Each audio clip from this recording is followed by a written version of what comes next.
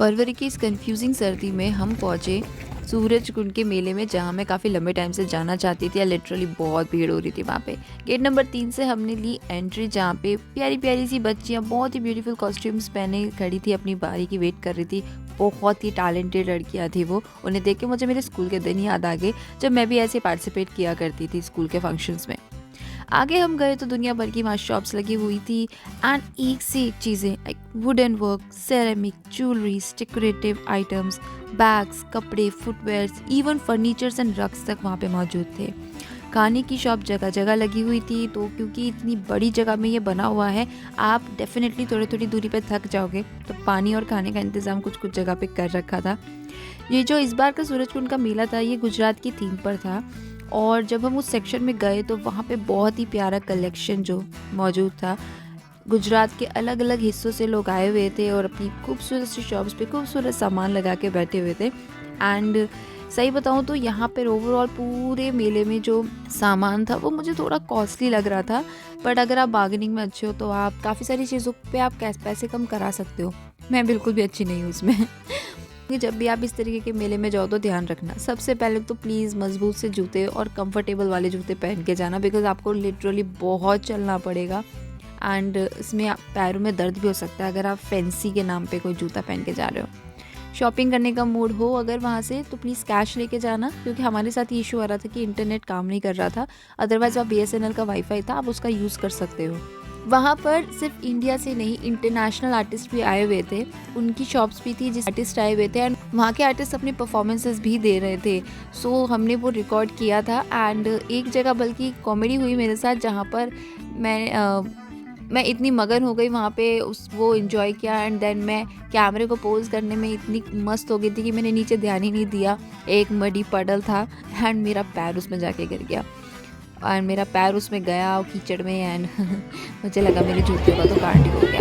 Very good, very good, very good, बहुत बढ़िया, बहुत बढ़िया। चलो। एंड मैंने आपको जूतों की बात इसलिए बोली क्योंकि मैं खुद जूतियाँ पहन के गई थी। मुझे नहीं पता था कि वहाँ पे कितना बड़ा, इतनी जगह घूमना पड़ेगा, एंड लिटरली मुझे पैरों में बाद में दर्द बन गया।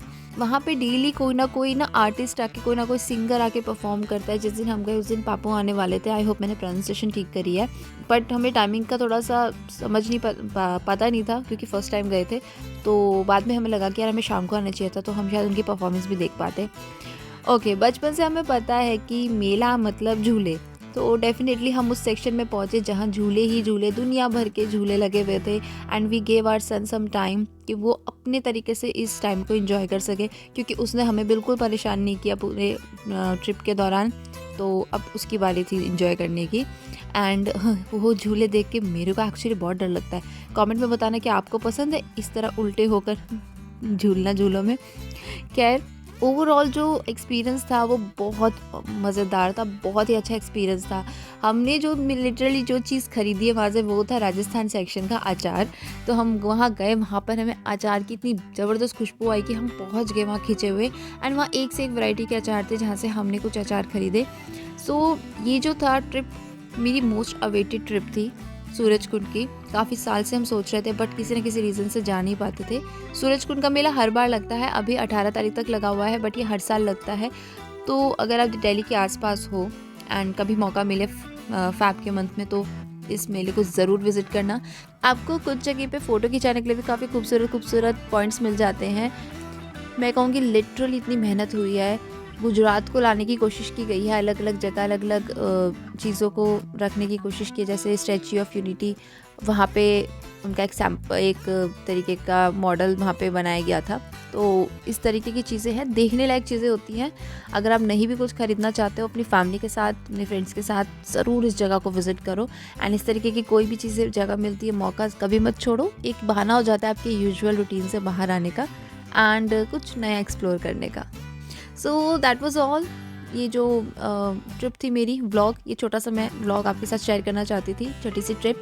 एंड ग्लो करना है तो अपने आप को ऐसी जगह पे ज़रूर लेकर जाओ, क्योंकि वहाँ जाते हैं मन निश्चित प्रसन्न होता है, और जब मन निश्चित प्रसन्न होता है तो आपका जो चेहरा है वो उस खुशी को दिखाता है।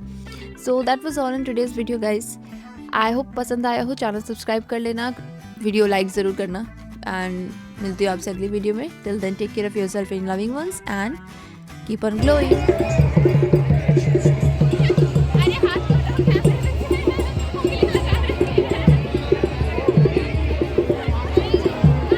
Very good.